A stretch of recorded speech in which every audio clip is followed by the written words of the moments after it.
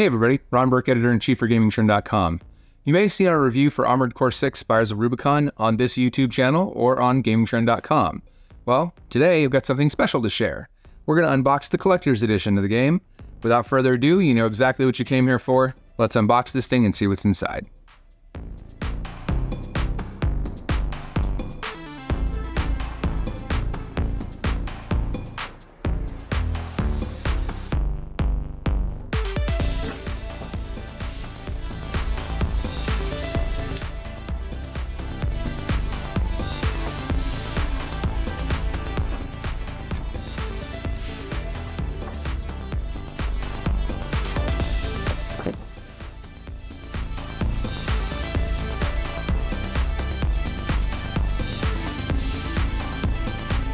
Inside the box, we have the original soundtrack. There's a code on the other side of this, which I'm not going to show you, of course. This particular version is for the PlayStation 5. Here we have a collection of stickers and a really nice steel series case, which, since this is a physical edition, obviously we can take this and put it inside this.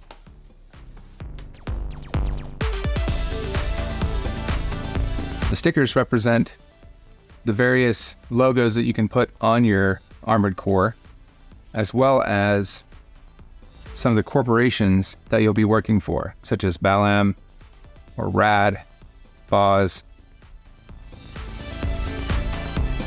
And then we have some protective stuff to keep everything safe. On this side, we have the collection of pins that's being very difficult about coming out. There we go. I'll go ahead and open these up so you can get a closer look.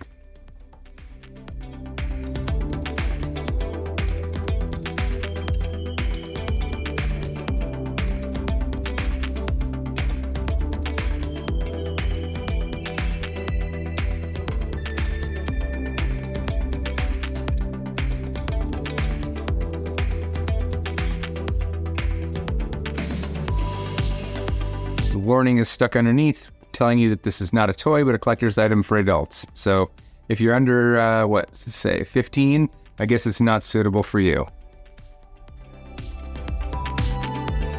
Also inside is a small art book. I say small because you can see it's pretty much a leaflet by comparison. We'll get a closer look at this in just a minute.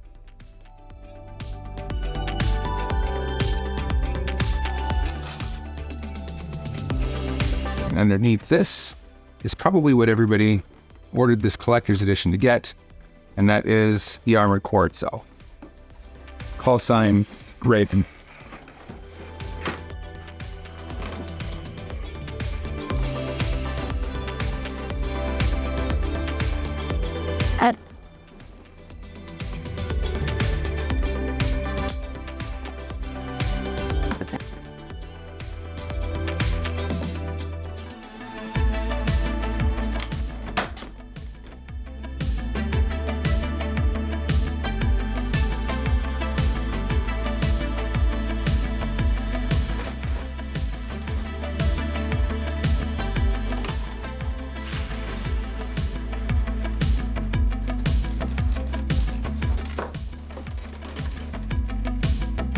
Went ahead and took everything out of the plastic because the sound of plastic on camera is horrifying. Here's the plate that your Armored Core is going to stand on. Lying on top of that is a set of instructions that will walk you through how to assemble your Armored Core.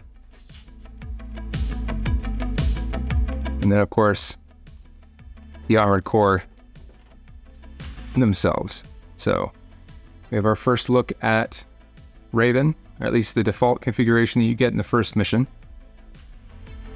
This bipedal unit. So we're going to set him aside. We have shoulder-mounted missiles. One of the 200 options for weapons that are available in the game. I'm not sure which machine gun this is. I'd have to look at the long list, but one of the earlier kind of high damage, high speed machine guns. I think this is one of the longer range sniper rifles, perhaps. Again, I'd have to pop open the game and look. I can't quite identify them by sight. There's another head option. I'll make sure I get a nice close-up on these so you can see what they look like. And a machine gun option with the hand attached, so that way you're not trying to force it in. This will just pop on easily. You don't have to worry about damaging the unit. So let's set this aside and we'll take a closer look. Oh, I almost forgot the other hand. So if you want to have the other hand open, I guess you could slip one of these other weapons in there. You have that option as well. So I'm gonna set these aside and then we'll take a closer look at the art book and then get a closer look again at the armored core and see what we can make of that. The included art book, The Art of Armored Core 6 Spires of Rubicon, is just 50 pages. I'm certain that there's probably a deal with another book publisher like Dark Horse to put out a full-size one. I did take a quick look and there's really no spoilers to be had here, so feel free to follow along. Like I said, this is about 50 pages and it goes over some of the major beats of the game. This is the introductory level, the tutorial, if you will. This is the ruined city that you overlook kind of midway through that level. This is the catapult that launches you down into that city. That's the second level. And they do occasionally do this here where you see there's a armored core there for scale. And all these are just gorgeous, gorgeous artistic renders. Some of them look like pencil sketch. Some of them look like they might be watercolor. But kind of goes over the major beats.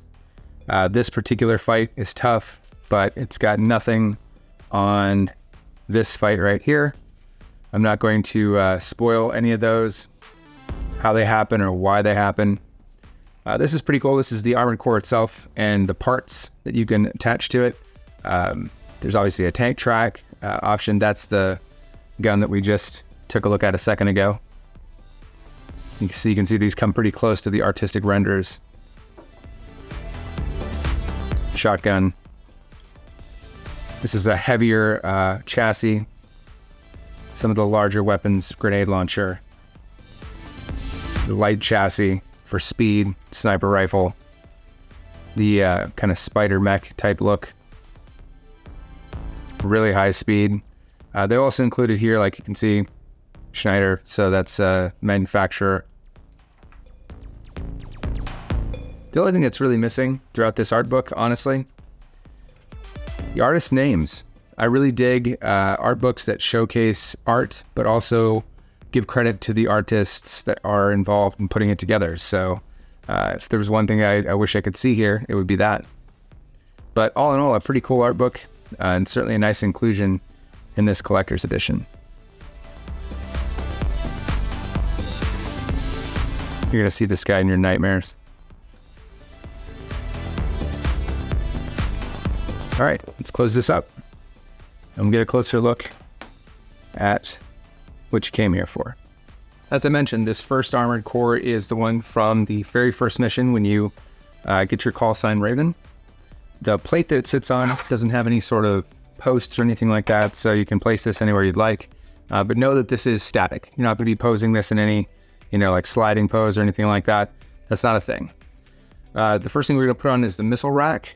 There's a small keying system back here, and it goes to this rear post area right there. So I'm going to do that right now. So let's see. They've got this keyed so you can't mess it up. But just know that once it's on there, it's pretty much on there. So you can have it hanging like that, or you can actually have it a little bit more forward on top of the chassis. Really up to you, however you want to do it. The head piece that's on there has kind of a mask on the visor. I'll get you a much closer look at this. You should see that now.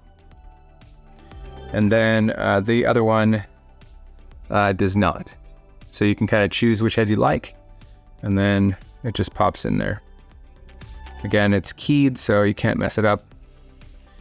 This large machine gun isn't one that you're going to grab with hands. There's a sliding rack here, kind of on the Picatinny rail for the rifle. So that's going to slide down on this arm. And that's now in position. The larger gun here is going to go with the hand. So it's going to slip over it like this. And that's going to attach to the appropriate side if you want. I mean, obviously you don't have to. You can leave him with just one weapon. I've certainly fought a couple of missions where weight limits certainly had me with just one weapon. These just pop right on. A little bit of a push. It's on there and good to go. We'll go ahead and give him this last weapon. Make him extra heavy on this one side. If it'll allow me here. That is rather heavy for that one side. So that one's probably going to sit on the ground a little bit like that. I can make it do that without looking derpy. But there you go. We'll get a nice close look with me out of the way. That is the armored core that is included with the collector's edition. There is another collector's edition in a higher tier than this that has a whole garage around this this armored core. It looks pretty cool. The price jump for that one is pretty significant. It's sold out just about anywhere that I've looked. But there you have it. There's your look at Armored Core 6, Fires of Rubicon, Collector's Edition. I'm Ron Burke, Editor-in-Chief for GamingTrend.com. If you enjoyed this, tell your friends. Small channels like this don't survive without that. So please keep doing that. We appreciate you. Stay safe, and we'll see you again very soon.